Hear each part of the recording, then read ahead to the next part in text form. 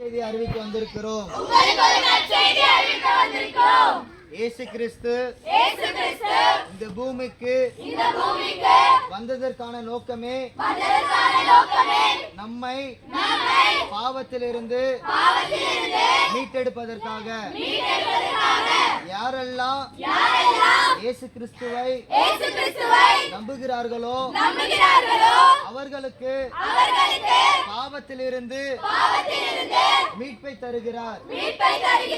அன்பு சகோதரியே, அன்பு சகோதரனே, இயேசு சொன்னார், வருத்தப்பட்டு பாரம் சுமக்கிறவர்களே,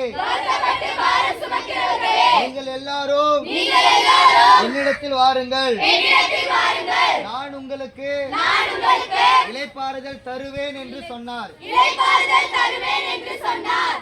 அன்பு சகோதரனே, அன்பு சகோதரியே, அன்பு தாய்மார்களே, பெரியோர்களே, உங்கள் யாவரையும் இயேசு கிறிஸ்து அழைக்கிறார்.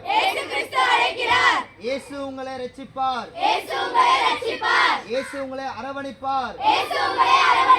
இயேசு உங்கள் கண்ணீரை துடைப்பார். இயேசு உங்களுக்கு ஆறுதலை தருவார். நிச்சயமாகவே முடிவுண்டு. நம்பிக்கை வீண் போகாது. கர்த்தரை நம்புகிறவர்கள் செழிப்பார்கள்.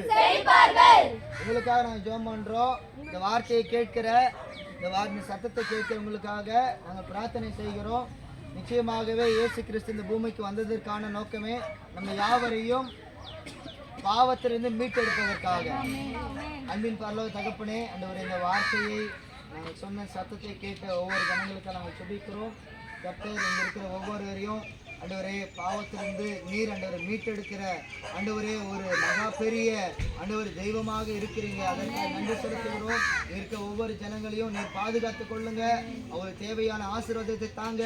ஆண்டவரே, உங்களுடைய தழும்புகளாலே நாங்கள் சுகமாகிறோம் என்று சொன்ன வசனத்தின்படி உம்மை விசுவாசிக்கிற ஒவ்வொரு பிள்ளைகளுக்கும் அவங்க படுகிற வியாதியிலிருந்து, கஷ்டத்திலிருந்து, நோய்களில் இருந்து கர்த்தரை சுகப்படுத்த முடியாது. ஆசீர்வதிங்க. இயேசு மூலம் ஜெபிக்கிறோம்.